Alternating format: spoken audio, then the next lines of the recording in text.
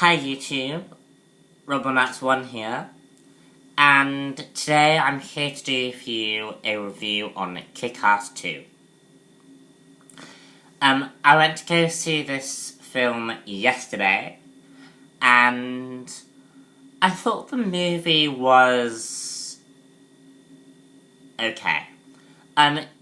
This is by far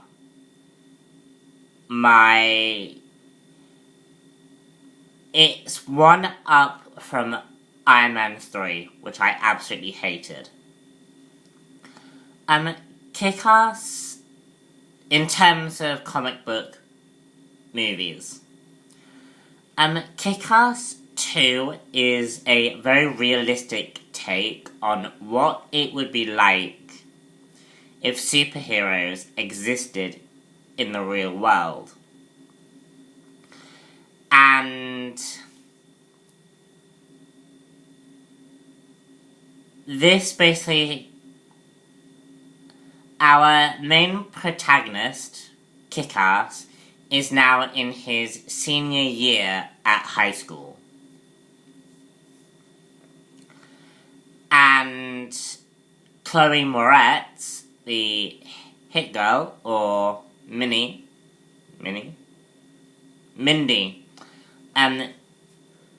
Mindy is now in her freshman year at high school.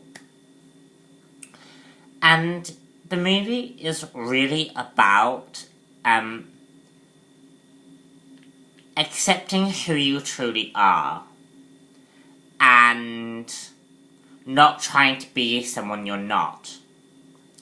And high school is very much about trying to find that foundation about who you are as an individual and where you go from there. And it's very, very interesting where these characters progress to. So the story is about Red Mist, who is seeking revenge in a very Harry Osborn kind of manner, is seeking revenge on Kick-Ass for killing his father with a bazooka, which is kind of funny. And he basically renames himself the Motherfucker. Excuse me about the swearing. However, that's the point of the film. So the Motherfucker basically tries to gather the first supervillains in order to attack Kick-Ass, who has also joined this elite superhero.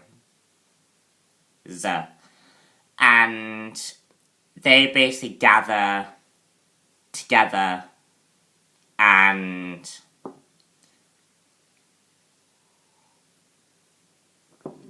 that's where the movie starts. And we have Kick-Ass getting back into the game after he left. And Motherfucker's villains attack Kick-Ass and everything he cares about. And it's a very, very gritty, realistic take on what would happen to these real-life superheroes. This movie's main problem is that it's not a Kick-Ass movie.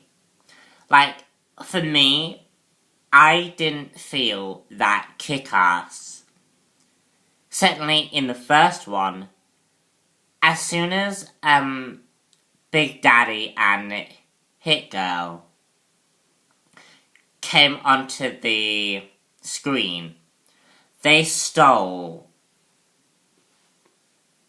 all of the, like, they stole their scenes that they were in. And Hit Girl was the same in this film. She stole the film. And unfortunately, it left Kick-Ass with not a lot to do.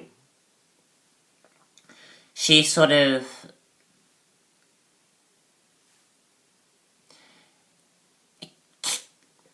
Kick-Ass isn't a very, like, you look at Kick-Ass, and then you look at Hit Girl, and you automatically go for the... You automatically identify with Hit Girl.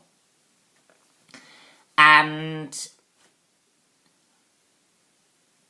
if your main protagonist isn't interesting enough, or doesn't have the same interest as your other character, then then it says a lot about your main character, and it means that you should really be trying to fix that. And, so that's one of my problems with it. I liked where Hit Girl is in this story. She basically has to come out of the game, as it were, whilst Kick-Ass is trying to get in the game.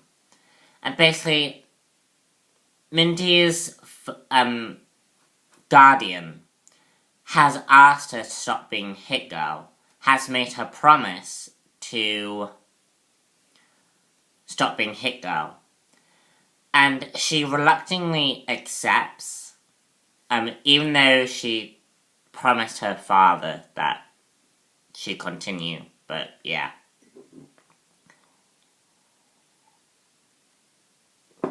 That bit was a bit weird. Because you had two contradictory promises. But did add a lot of stuff to her character arc.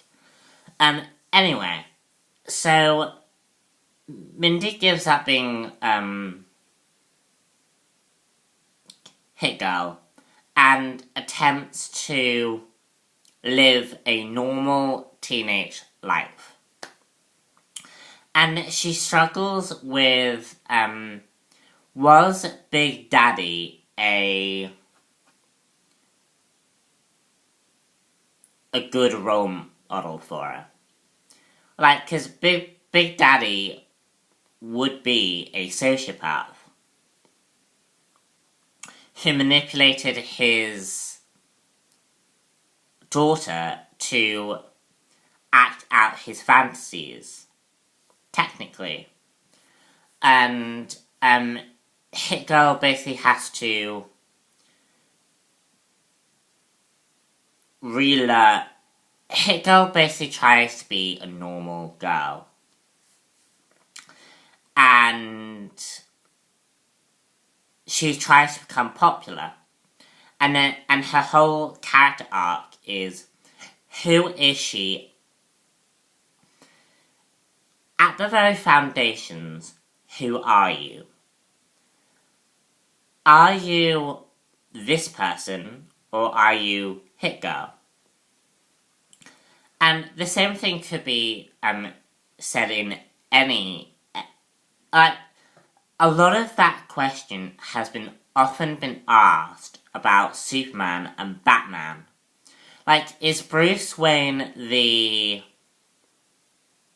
real person, or is Batman? Is it Clark Kent, or is Superman the real person? And it's more Batman.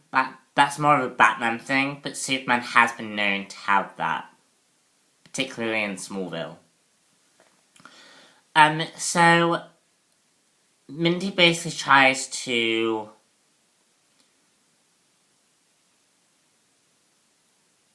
find out who she is.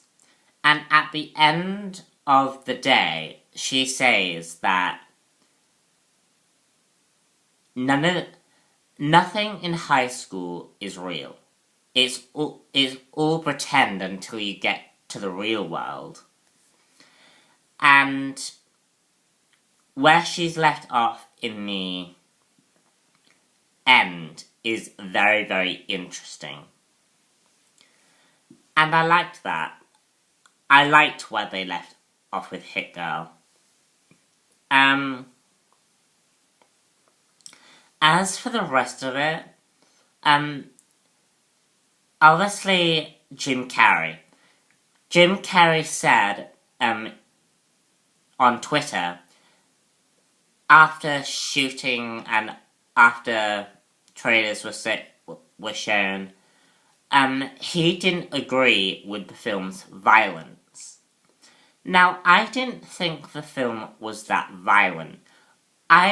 For me, I felt the first one was a lot more violent than the second one was.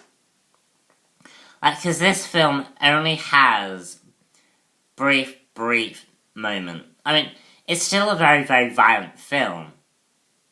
But the first one had a lot more violence to it. This one, not so much. And, for me, I felt Watchmen was the most violent film I've ever seen. That could be contradicted by something that I'm sure I've watched but can't remember. Anyway, you're distracting me. Alright, I've nearly run out of time. So, great film. Really, really good.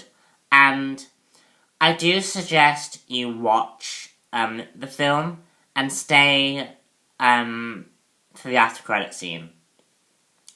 Anyway, I'm Rob1Arts1 and go see the film. Bye! Oh, and subscribe. Subscribe is important. It makes me happy. Bye!